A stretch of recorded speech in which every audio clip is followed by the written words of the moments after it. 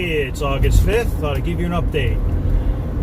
We took a week off for a raft race. We call that a little sabbatical to kind of get some rest and relaxation in and have a little goofy fun. And now we're back on track. So while you were away and we were away, Chris the tiler came and he got our backsplash installed. That's a done deal.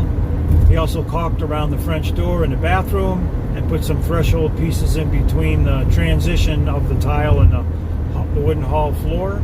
So that's a done deal. Today I made a pattern for Steve on the bottom of the wall that's bumped out onto the porch. We're going to put some leveling cement to get the floor flat again.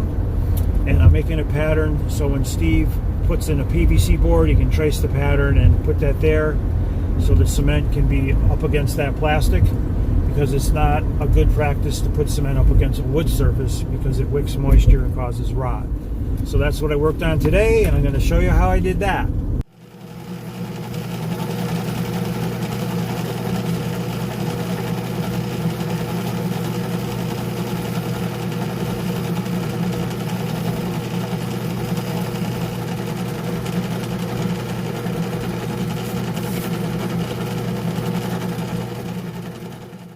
So you might be wondering, what the heck am I doing here?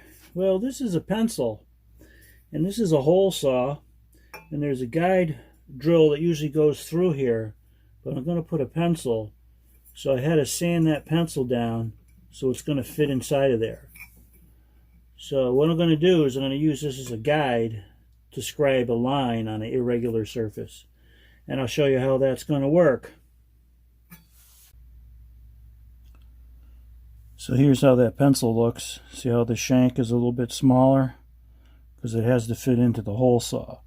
Now the way a hole saw typically works is there's a drill in the end of it that drills into your material and acts like a pivot point that the rest of the saw can kind of guide the saw in straight. So what I'm going to do is I'm going to take that drill out. I'm going to reverse the little holder for the drill, stick it on the smooth side, and stick the pencil in. And there's a reason for that, and I'll explain that after I do this. So the drill's out. There's a little spanner nut that comes off. So I'm going to put it on this side like that. And I'm going to put that little spanner nut back in there. So kind of reversing the guide. Then what I'm going to do, pencil's going to go in here like this. And what I'm going to do is I'm going to roll this on a surface that's irregular. And as I roll it, it's going to maintain a gap from the bottom of the circular saw up to here of 2.5 inches. This is a 5-inch diameter hole saw. So what I'm interested in is 2.5 inches from the bottom of the saw up to the point.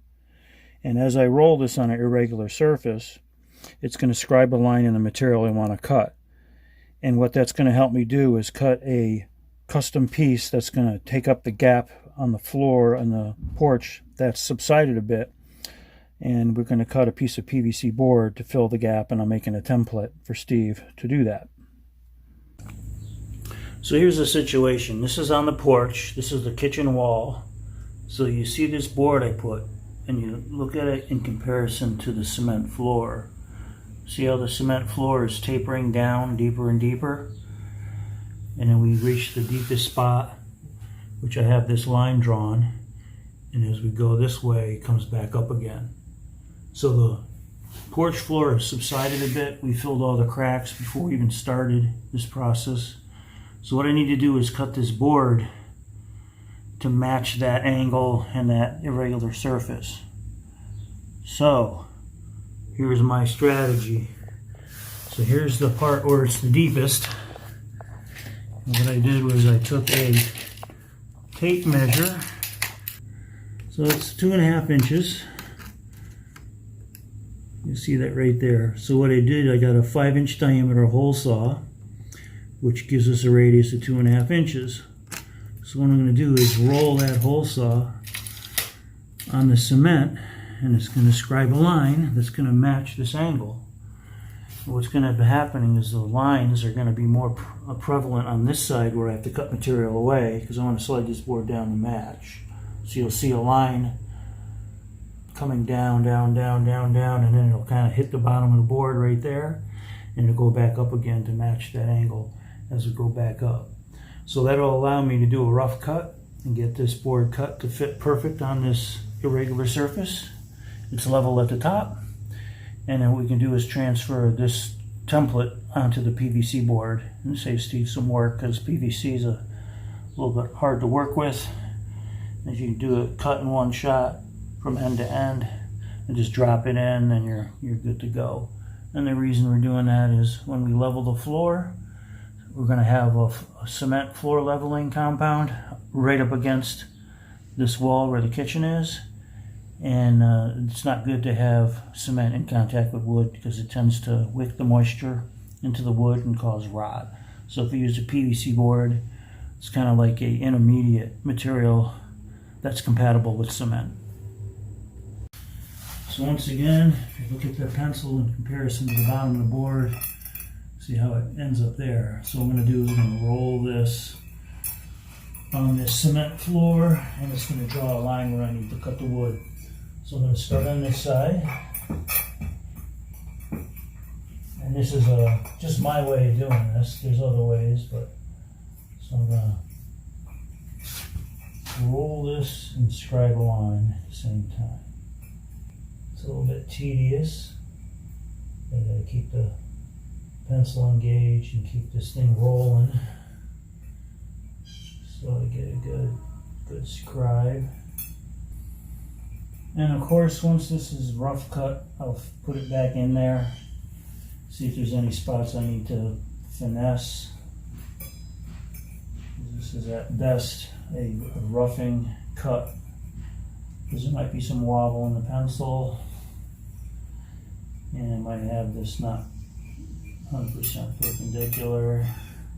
But this is going to make my first cut get me really, really, really close. There we go. So now we're just right on the bottom of the board.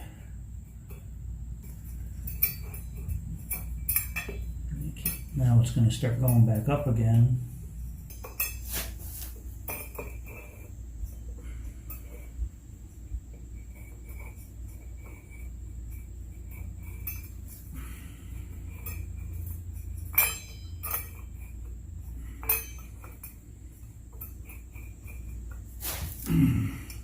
Here's a spot that's kind of weird. Got a really big jump. So going up over this very edge here. There we go. Alright. So that's my first pass. I'll show you how that looks. I don't know if you can see that line. So that's 2.5 inches up, and this is a kind of a big jump right here. You can see that coinciding jump in the scribe line. So as I come across, you'll notice it gets lower and lower and lower. Now we're even with the bottom of the board. That's the maximum depth. Then it starts coming up again. Oh, there we go. Come up this way. Now we're on the driveway end. See how it's coming back up again. So there we go. So that's my first line that I made. This is all the way to the end. See, that's the maximum. I'm going to have to cut that. So what I'm going to do is I'm going to just go over that, make another pass, kind of split the difference, and we'll cut this board and give it a test fit and see how it looks. Alright, I'm going to take this board out and cut it.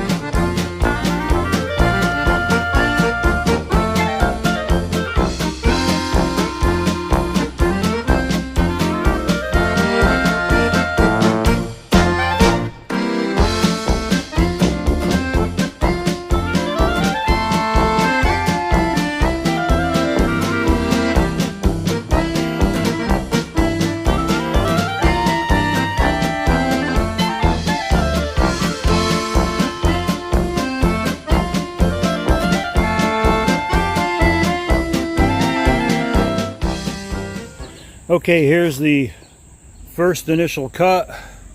You can see how this board has got kind of a funky contour to it. So let's go give this a test fit and see how it looks.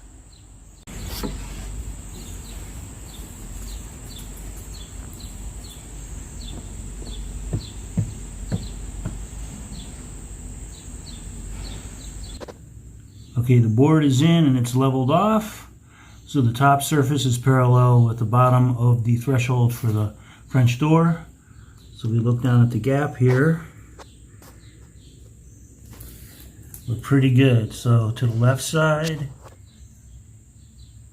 that looks pretty good. That's a pretty good match. Okay, back to the center. This being the center of the French door. Now if we move to the right, you see there's a little bit of an air gap there, so I got to take a little more material off to close that up. And there's a little gap right there as well. And we're a pretty good match right up over there. So there's one more cut to make to get this perfect. And what I'm going to do is lay a magic marker on the cement and just roll it and let the tip put a mark in the wood, and then we'll do a little skim cut and get it a little closer. I'll show you how that happens. It's a pretty easy step once you get the majority of the wood out of the way. Of course, we got to do the same on the whole board so that it comes down and stays parallel at the top. So just draw a line like that. And it tapers down. That's going to meet the line I already drew on the other side. There we go. All right. So now I got another cut line. You get this fit even better.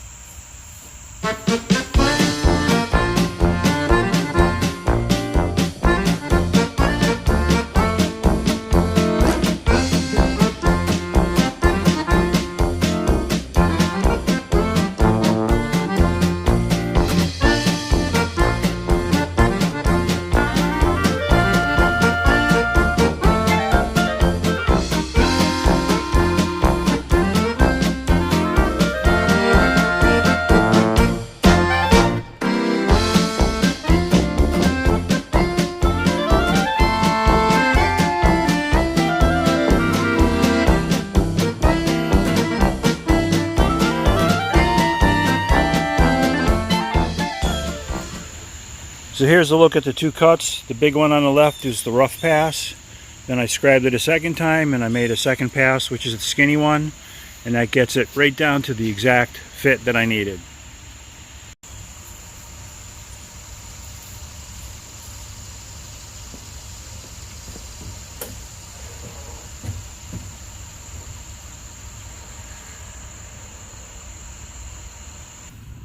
Alright, we got the second pass done. We got the board leveled and attached to the rim joist. And we're level across the top. And you can see that contour on the bottom. Now it's a little bit better match than what we had the first time. So it's an exact match. I sanded the edges so there's a little radius there. So it's not sharp. And it's a good match all the way across. So this is a done deal. We're ready to transfer this onto a PVC board. We have to add about 4.5 inches. That's for where the level is, up to the bottom of the French door threshold. And we can do that in one piece all the way across. So I'm very satisfied with that result. It's a done deal.